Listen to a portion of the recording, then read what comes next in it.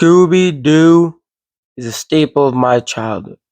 As a kid, I remember sitting in front of the TV singing the Scooby Doo title track.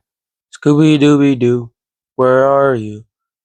I don't remember the rest, but anyways, multiple times enjoying the show so much. The movies I loved even more with casting that I really thought they nailed perfect for the time. Come on, Matthew Lillard, Matthew Lillard. I gotta say Matthew Lillard again. Also, I really like the Velma actress. She was actually pretty cool, and she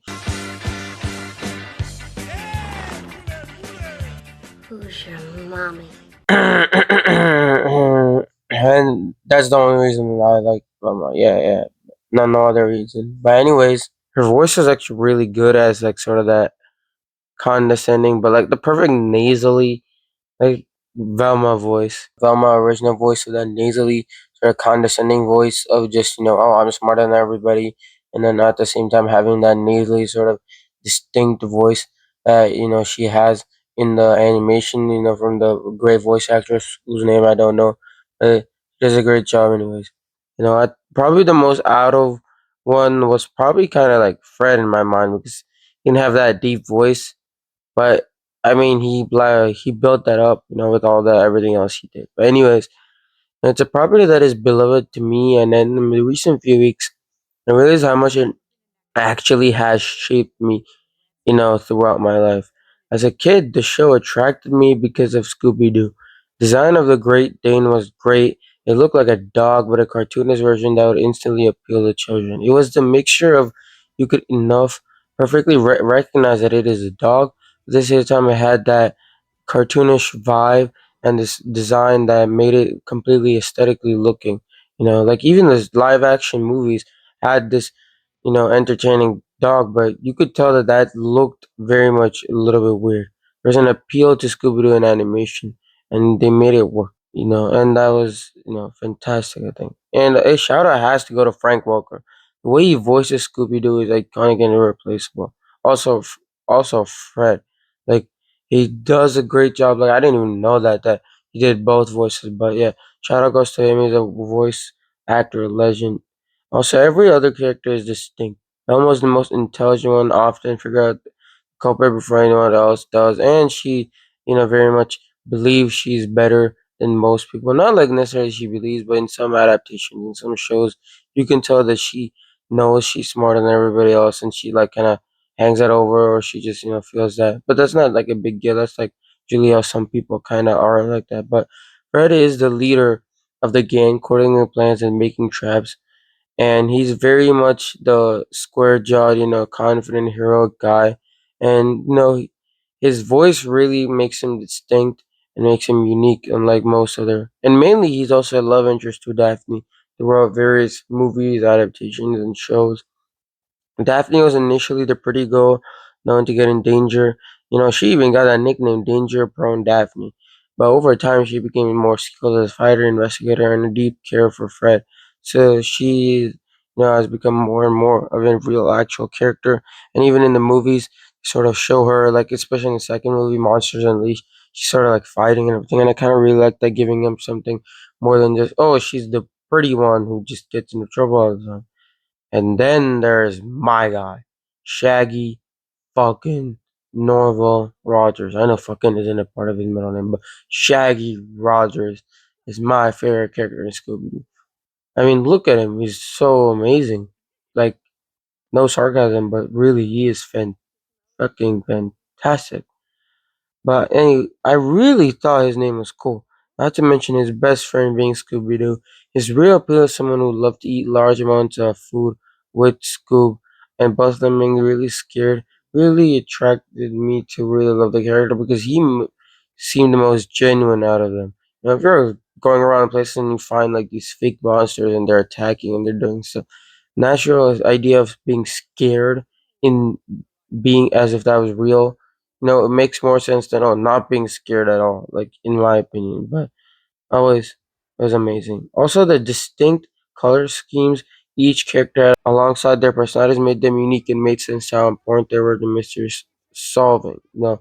Scooby Doo obviously as a dog didn't wear clothes, but he was easily recognizable as he's the only animal.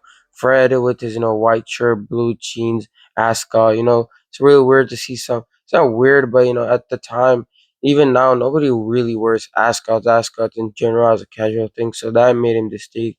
Velma's whole orange sweatshirt, and red. Is it red? Like maroon sort of skirt. And then Daphne's purple dress with underneath purple leggings. Is that what that is? But and of course Shaggy's green shirt and again like dark red or brown pants really made them stand out and really tell the characters apart and give them a unique sense of fashion. As fashion tends to be one way you can tell what a character's personality is because the way they dress is something that tells something to other people, not even in shows or movies or books, but even in real life.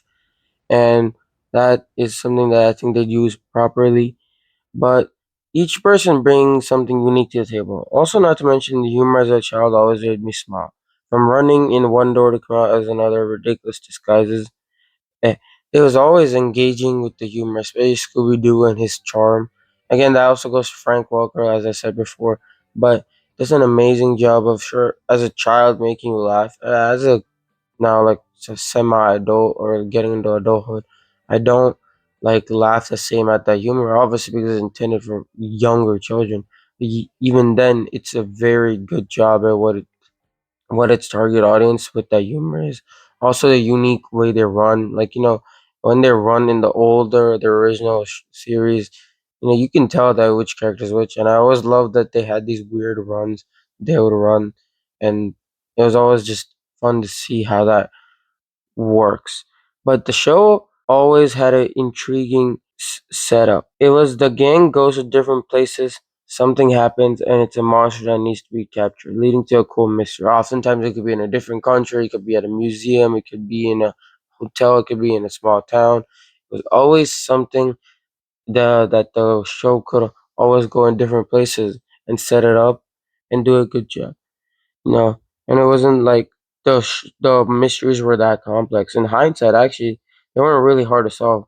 But as a kid, it wasn't something that you were after. And really, now I see that that wasn't even the point. As a kid, the mystery felt so interesting because I was always trying to figure it out, like the characters in the show.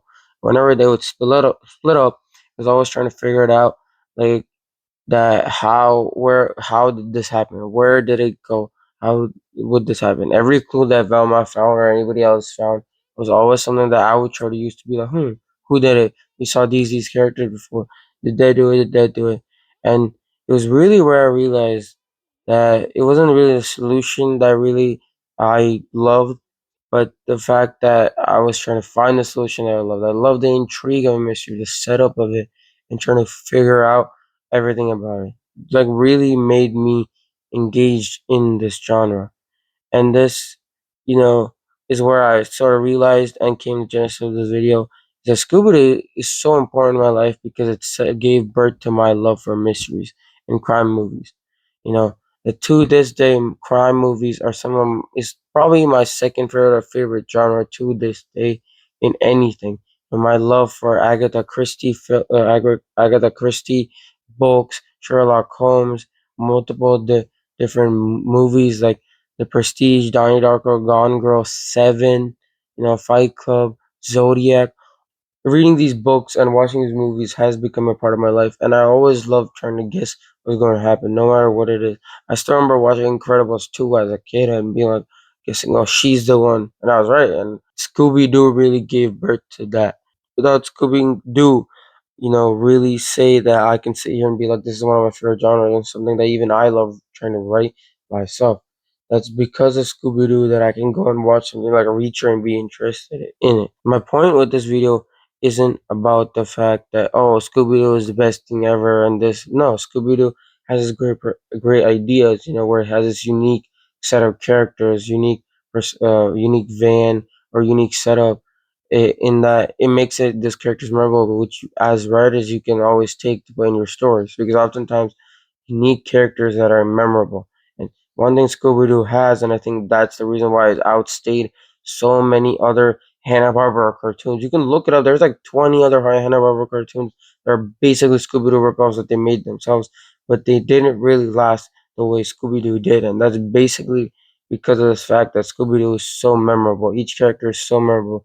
Scooby Doo became iconic and has become. So that's a reason, but the main reason that I wanted to make this video is that I wanted to acknowledge what we watch as children. I wanted to acknowledge cartoons and stuff that even if you don't really watch anymore, or you don't even really think about it. Let's be honest. Like I don't think Scooby Doo or something like regular show something you think about it, but it really ends up defining your childhood. It becomes something that can be a genesis and the basis of everything you love in the future. And I wanted to try to say that all these kids show is something that I deeply love, even if I don't watch it anymore, even if I think that there are some issues with them.